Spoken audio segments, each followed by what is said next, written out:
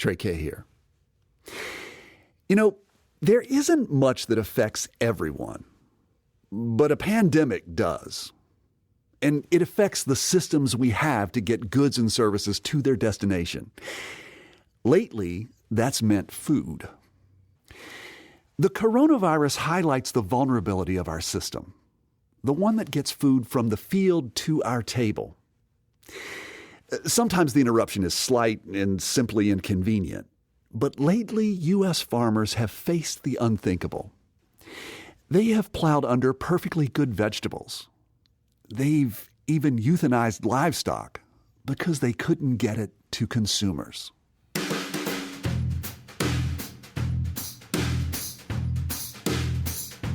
From PRX and West Virginia Public Broadcasting, this is Us and Them. It's the show that tells the stories about the things that divide us. I'm Trey K. The novel coronavirus pandemic affects so many things that we have taken for granted. I confess that I find myself feeling panicky sometimes over the possibility of not being able to find food. And that comes from the early days of the pandemic, just months ago, when there were chaotic runs on the stores and consumers were snatching up everything in sight. I remember walking through my local market and seeing rows and rows of picked over shelves. And it got me thinking about where our food comes from. So for this episode, I want to focus on the us and them of our field-to-table food system. The us, who do the shopping, and the them, who raise our food supply. I've been talking about this with my friend and colleague, Loretta Williams. Hey, Loretta. Hey, Trey. Loretta, as you know, I have experienced most of this pandemic here in Charleston, West Virginia, and you're out in Southern California. What has your experience been like going to the groceries? Well, right. Like the last time I went to the grocery store, like you, was probably sometime around the end of March. Some people had masks, a lot didn't. and everybody was freaked out, right? So that's the key thing. Everybody was freaked out. And since then, I haven't really gone to the store. I've been doing that grocery delivery thing, but that too has been pretty bumpy. I'd fill out a cart on like Amazon Fresh and then get to a place to confirm my order only to find that there were no delivery windows, right? So you always felt like you hit the jackpot if like at 3 a.m. I have a delivery window. I'm going to get my milk today. But, you know, it's settled down and we've got that figured out a little bit better. You know, like my husband and I are doing strategic runs to Trader Joe's right now. So for the last month or so, you know, it's been pretty easy. I can get most of what I want, except maybe baking powder. So, and you know, it's comforting, you know, to know that we can do that we can still get the food that we want. And I think it's probably comforting to a lot of people. But I realized we don't know what cost that comes at for other people who have to make sure we have those groceries. Right. And I, for one, am guilty of taking for granted how those shelves get stocked and who grows the food and what it takes to get it there. And when we talk about that, I recall the reporting that you and I did last year about farmers that we met in Arkansas who are part of growing the food that feeds the world. We focused then on the battles over the kinds of chemicals that they spray over the crops to control weeds. And that's an issue that continues to play out. But we've also talked about how the pandemic has changed things for some of the farmers that we got to know. And Sean Peebles is one of them. Sean owns Peebles Organic in Augusta, Arkansas. And they grow vegetables like sweet potatoes for grocery store chains like Walmart and Costco. And Loretta, you caught up with Sean recently, like I think it was back in late April, right? Yep. First off, of course, I wanted to know if he and his family were doing okay, because Arkansas was one of the handful of states that didn't have any shelter-in-place rules to slow the spread of COVID-19. And while that sounds, you know, maybe a little radical, it can actually make more sense in a rural place like Sean's, because he says his county only has 6,000 people. Social distancing is something we were doing anyway. So, I mean, when your closest neighbor is 1 mile away, I mean, right, you're already socially distant, right? Yeah, right. Yeah. Well, has Arkansas put any restrictions in place? Oh, yeah. Oh, sure. Kids haven't been to school since March, for example. And Sean says he's limiting how people go into town, into the store. The same thing most of us have been doing for the last couple of months. Okay. Well, I'm glad to hear that he and his family are okay. But how is People's Organics? How is his business doing? Well, this is the really interesting part. He says financially, he's doing okay. Most of our stuff is all processor and large grocery store chains. And in January and in February, the processing plants across the Midwest that we deal with were running at 110% capacity. And they bought out our inventory of about 2 million pounds is what we had left in February. That will carry us until the next crop. I have no inventory left. The hoarding and the buying up at the grocery stores cleaned out a 5 or 6 month supply in 5 weeks. We don't have anything left to sell. We're out until August. Wow. I mean, Loretta, when I knew you were going to speak with Sean, I checked out his Facebook page, and he had a job posting along with a note saying this. And it said, "All right, spring is coming and life will continue after this coronavirus is long gone. We've been asked by major grocery retailers across the country if we can increase production for 2020. I have no intention of letting them down." God, that sounds like Sean. And things sound good for him, but I imagine there are challenges with this opportunity. Yep. The biggest challenge when I talked to him was a question of his workforce for the season. Sean uses about 50 people who come to the United States through the H-2A visa program. And that's the Temporary Agricultural Workers Program. Right. Sean says they're usually approved to come to the U.S. for about 6 to 9 months. The first problem that we had was that we have South Africans as well as Mexican labor through the H-2A visa program. And our South Africans are the ones that are very skilled. Of course, there's no language barrier because they speak English, and that helps. But they're very used to using modern technical farm equipment and are used probably as much as migrant labor from Mexico across the United States. And we lost 2 visas right off. Those guys were supposed to have been here already. Their arrival date for us was the 1st of April. And we still haven't seen them. And of course, we may not, and we don't know when we will. Well, in late March, South Africa shut down all international and even domestic travel, so no one could get on a plane.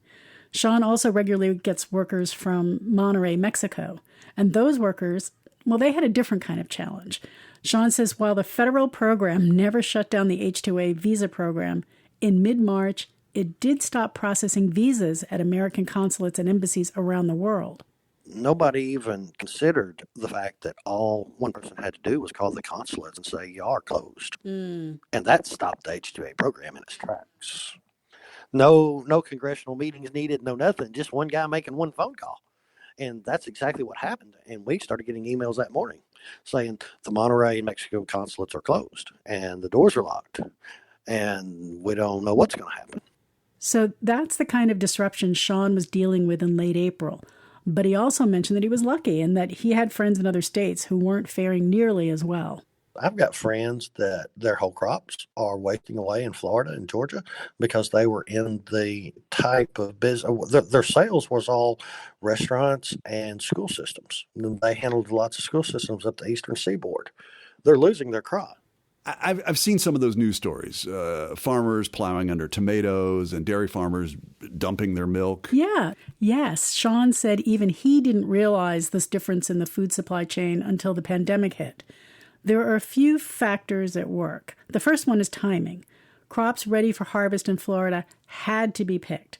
Think about the tomato slices on your burger, BLT or in salads. Now think about how long that produce lasts in your own home. Well, right. I mean, not long. I mean, I usually buy fresh produce at least once a week. Right. And the American food system is very efficient. It's given us a reliable and reasonably cheap food supply. But timing is everything. And if there's any sort of bottleneck, it can't be easily redirected. And it's not just vegetable farmers with perishable produce who have this problem. I called John Peterson, who runs a turkey farm in Cannon Falls, Minnesota. Now, Ferndale Market, his market, has been in his family for 3 generations. And his business is a little unusual in that he's an independent farmer. What do you mean by that? Meaning he doesn't raise turkeys to then hand over to a processor. He sells directly to his customers. But the shelter-in-place orders shut down many of his customers and created huge uncertainty for his business. So let me play you a little bit of our conversation where he explains his business and what he's up against. We sell a good portion of our product into what we call retail channels. That could be a natural food store or a grocer, and then food service. And so, the patterns are fairly predictable. There's seasonality to some of those things, and we typically have a good ability to anticipate what's coming next. All of that has been completely upended, of course. We've had incredibly strong demand from our retail partners, the grocers and natural food stores that we sell to, but then, of course, have completely lost all of our food service demand. And that could be colleges, K-12 schools, corporate dining, and a lot of restaurant business that's just completely gone away. And, of course, again, that theme of uncertainty, very unsure as to when it will return or what it will look like when it does. How are you figuring out what to do, given that it does take a while for you to raise the number of turkeys that you think you're going to need for various markets? How are you figuring that out right now? Yeah, absolutely. That's a great question. And most days I wish I knew the right answer. You're right. Things don't change very quickly in agriculture. I think it seems like the buzzword in our society right now is pivot. Everybody's pivoting to something different. There's no easy way to pivot very quickly in agriculture. Turkeys take 4, 5, 6 months to grow. And so the turkeys that are ready for slaughter at this point were here on the farm long before the pandemic.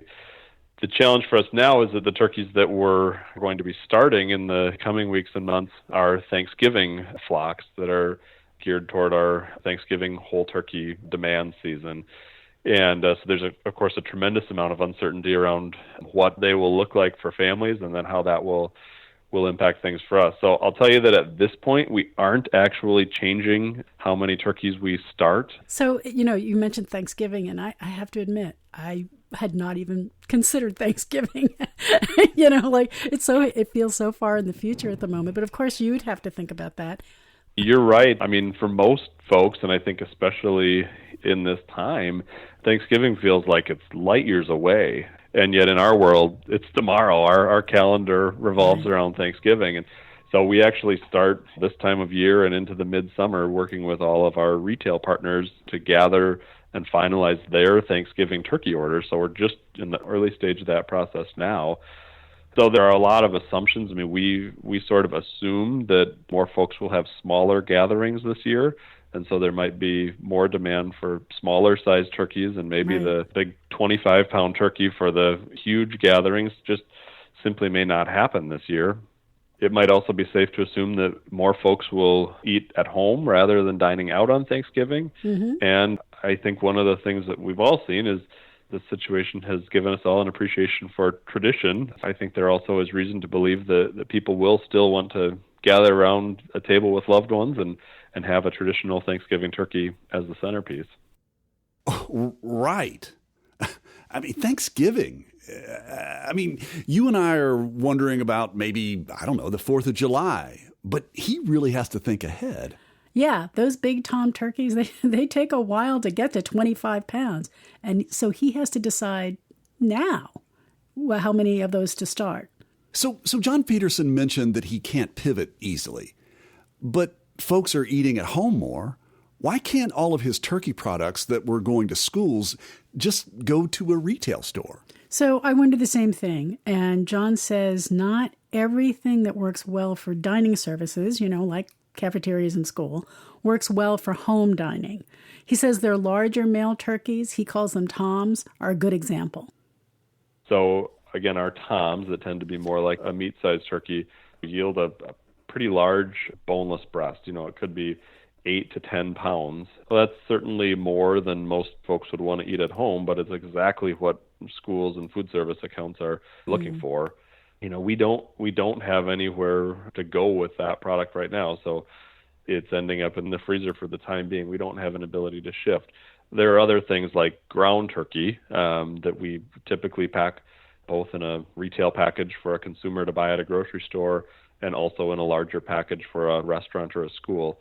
That's pretty easy to shift and, put it all into the smaller grocery type package. I know I've been eating more turkey burgers. Yeah. Oh, yeah. we appreciate that. Keep it up. Yeah. But there are some things that don't lend themselves quite so well to that. And so those are the pieces that get a little more scary for us, that they'll just continue to accumulate until there is an opportunity to get them back into their normal homes. There's no way to predict what Thanksgiving will look like or what kind of turkeys people will want to buy from John Peterson. And for a farmer, that's a serious challenge.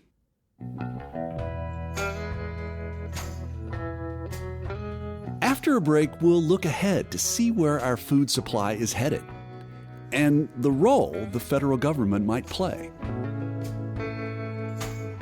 You're listening to Us and Them from PRX and West Virginia Public Broadcasting. Our show is supported in part by the West Virginia Humanities Council and the CRC Foundation.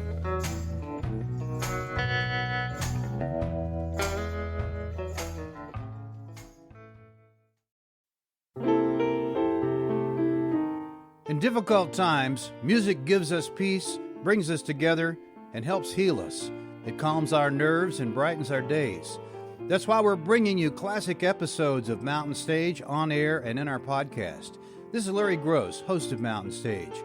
Find something that's familiar or brand new and feel the power of live music on our website, mountainstage.org.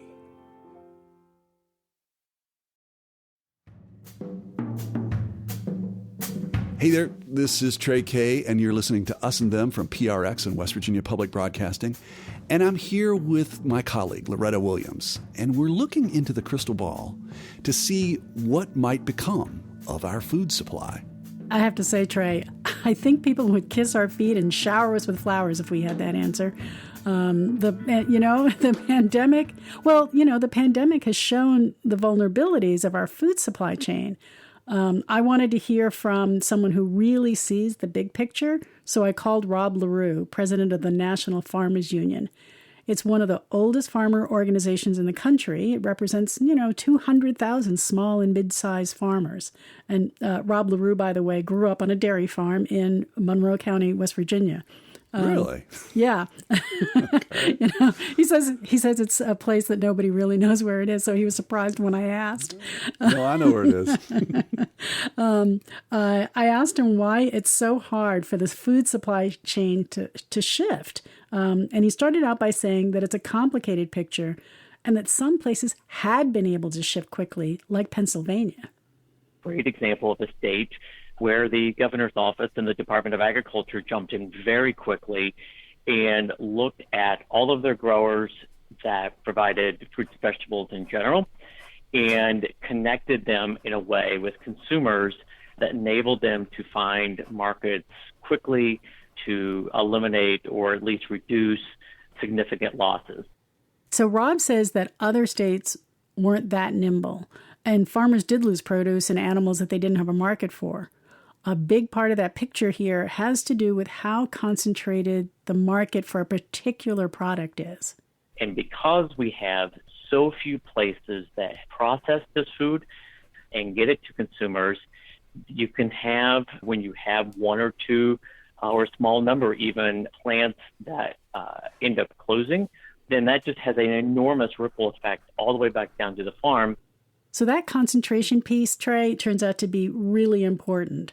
We've seen how some livestock farmers had to euthanize animals when workers got sick and meat packing plants had to shut down. Remember that? Right. It's the same for produce. Sean Peebles says he probably knows the 10 farmers who control most of the sweet potato supply in the United States. And Rob LaRue says that concentration is even greater in the meat industry.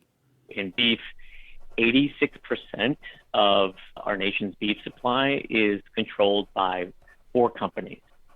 Those 4 companies, in order to make profits, have a very streamlined, centralized process. So for all of these thousands of farmers out there raising either hogs or beef or chickens or dairy, the vast majority of them are feeding into this highly concentrated market, creating problems.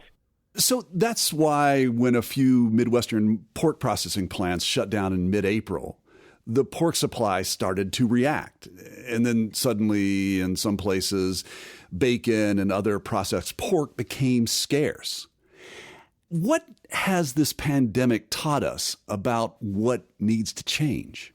Well, the pandemic has really just highlighted a long-standing problem. And Rob says there are two things that he thinks could help. We need to enforce antitrust laws.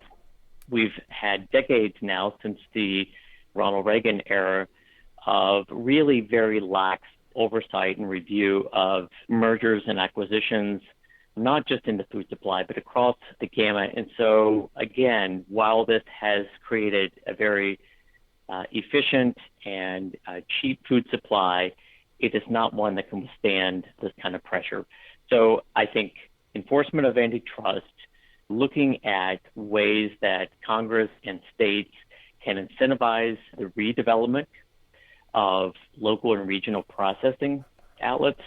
And I think for some areas, particularly Appalachia, but there's a lot of pockets around the country that are just ripe for this. But Loretta, there's something I just don't understand. I mean, why couldn't all of that produce in Florida have gone to local food banks? I mean, it seemed sad that it didn't at least go to those who needed it. Right. I agree with you. Rob LaRue agrees with you. And he says that even that comes down to how people in the supply chain are connected. But in those early days where folks were plowing under tomatoes and other crops, I mean, it was really sad and difficult to understand why that couldn't be utilized elsewhere. But at the time, our food banks were set up in a system that really relied heavily on food service and restaurants, quite frankly, to get a lot of products that they could then pass along to those in need. So for farmers, that was not a chain and a connection with the food banks. I think we'll see that begin to shift, which is going to be good for us in general. Certainly the needs for food banks are going to continue for a long time. So where is the federal government in all this? Is there a larger role for the agriculture department to play to help get the food to people who need it before it spoils? So the federal government did step in and created the Farmers to Families Food Box Program. So the USDA has been buying fruit, vegetables, meat, milk, and it all gets packaged up in literally these family-sized boxes and distributed to food banks and other organizations that deliver food to those who need it. I should note that this is one of the pandemic uncertainties because right now that program is scheduled to end in June, at the end of June. Okay, so it seems as though there's some efforts underway to address some of the hiccups in the food supply chain, or at least stop wasting more food in the short term. But what about the farm workers who plan to come here for work? I mean, Sean Peebles, the sweet potato farmer, was struggling to bring workers to his place in Arkansas. I mean, do we have any news as to what's up with him and his workers since April? So, yeah, I called him up just before Memorial Day. And at first I asked him about the South African guys who were supposed to have shown up ages ago. It's still a mess, Loretta. Our South Africans have not showed up. We're still in communication with them. And it has nothing to do with our government or the United States. It's all South Africa. The visas were approved. So they're just sitting there waiting. And I talked to Cornelius, I think Tuesday. And they're telling him June 4th right now. Wow. Okay. Oh, yeah? And how about the Mexican guys that you were going to charter a bus for from Monterey? How about them? It turned into a disaster. They got here last Friday and Saturday, but because of the consulate issues normally when there's not a virus going on, they all go to the consulate together, get the paperwork done, a bus comes. The way it worked this time, they all got processed at separate times because I guess the social distancing and not having groups of more than 10, Mm-hmm. And anyway, they got all split up. 17 got on the wrong bus. Oh, no. Fortunately, they had cell phones. They called us. We got the bus stopped. We got them transferred to the right bus. Not really government problems just problems because of this virus, you know, just because of what the new standard, you know? Right. I can't really pin it down to what happened and what went wrong. It's just like a bunch of little things. So some things got solved, but not everything. Were there any concerns from the workers about coming to the U.S. because of the virus? Yes. Sean said a couple of the guys that come every year declined to come for this reason because, you know, the United States is seen as a hotspot for the coronavirus, and they were worried about infecting their families. Well, they were right to want to be careful. But for the guys who did come, it doesn't sound like Sean had to work hard to impress upon them the problems that they might face with regard to the pandemic. No, he told me he could tell they were taking this very seriously as soon as they got off the bus. When I pulled up and the bus was already there and I got out of the truck, I already knew what the feelings of them were. They all had masks on. Oh. Yeah, I was shocked. And I thought, whoa, they've already know about this and they are concerned. And after talking to them, I realized they're worried about it. They're not going to be out socializing. They're not going to be out hanging at the Walmart. They came to a hotter area than where they left from as far as the virus is concerned. So we asked Sean if we could talk to one of his workers, and he recorded Guadalupe Ramon answering some questions for us. Guadalupe says Mexico was already on high alert because of the pandemic. El gobierno de allá de México Back in Mexico, the government made us do everything necessary to get ready for the pandemic. We had to get face masks. They gave everyone antibacterial gel and all that sort of stuff. Everyone refused to take public transportation in case it was full of people. Nobody really went out. There weren't many people. There were only a few people who went out to buy things. If you had a big family, you'd just send one person to get what was needed and head back.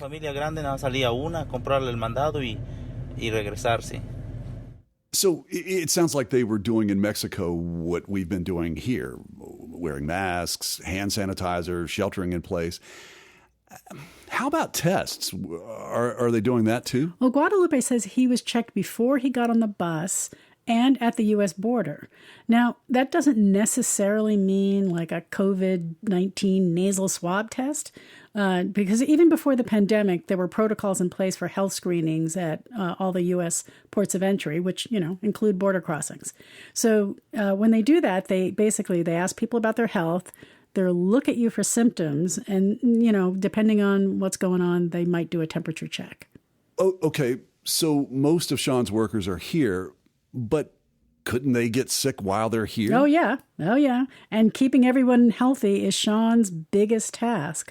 You know, Guadalupe and the other workers, they live essentially in group housing, and Arkansas requires that if anyone is diagnosed with COVID-19, they have to be separated from everyone. And anyone who has had close contact with that person also has to be housed and work separately from everyone else for 14 days. And of course, you know, you might wind up with a number of people sick. And even back in April, Sean was already thinking about what that might mean for his business. The type of business we're in, you don't just get to quit for 14 days and say, okay, we'll start back. Not if you're in the middle of harvest.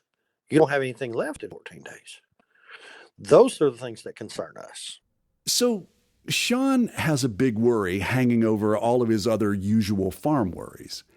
And this situation with his farm workers also sounds like another version of what we've heard with this pandemic with other essential workers. And they are the ones who most need a job and who bear most of the risk. Yeah, certainly the virus adds more danger to a job that already has a lot of challenges. And, you know, Guadalupe basically says, you know, he doesn't have a choice. In this sort of situation, we don't really have a choice. We have to show up and work because we're people who don't have much money, and neither do our families. But now, because of us, they won't have to suffer. They can have a livelihood. Hey, Loretta, I know that you've been talking with these guys over the past several weeks, but are there any more updates? Well, yes. As of our recording for this episode, Cornelius, the South African farm worker, Still hasn't been able to get on a plane. He does have his visa. So we might see him eventually. But thankfully, the weather has finally also started to cooperate because, there was a super rainy spring, right? And Sean hadn't been able to start planting really yet. And so he's finally been able to start planting. Loretta, thank you so much for that. I'm grateful for you giving us some insight into how the pandemic is affecting our food supply. And we are really learning how much stress and uncertainty there is for farmers out there. Yeah, and we learned from our reporting how much pressure they're under. They're constantly dealing with issues they have very little control over.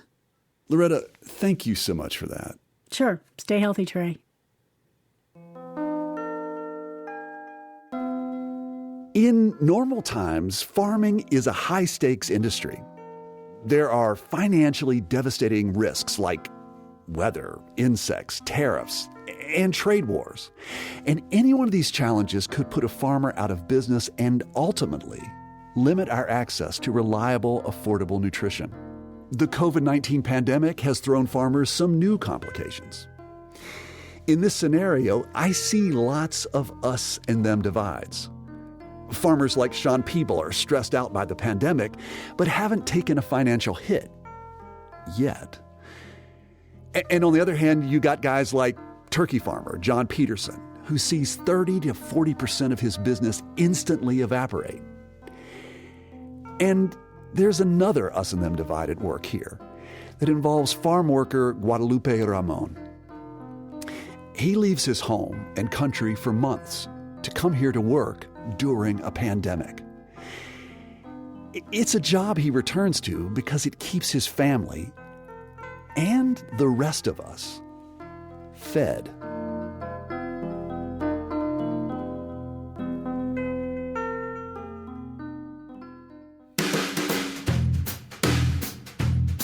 You've been listening to Us and Them. Our team for the show was me, Trey Kay, Loretta Williams, Kyle Vass, and Kate Smith. Michael Lipton and Tristan Lozow wrote and performed the Us and Them show music. Mark Lerner designed our logo. And Lelena Price provides us with images for the web. The marvelous people at PRX and West Virginia Public Broadcasting make Us and Them possible. So do grants from the Corporation for Public Broadcasting, the West Virginia Humanities Council, and the CRC Foundation. Us and Them was originally developed with assistance from the mentorship program at AIR, the Association of Independents in Radio. We'll see you next time on Us and Them.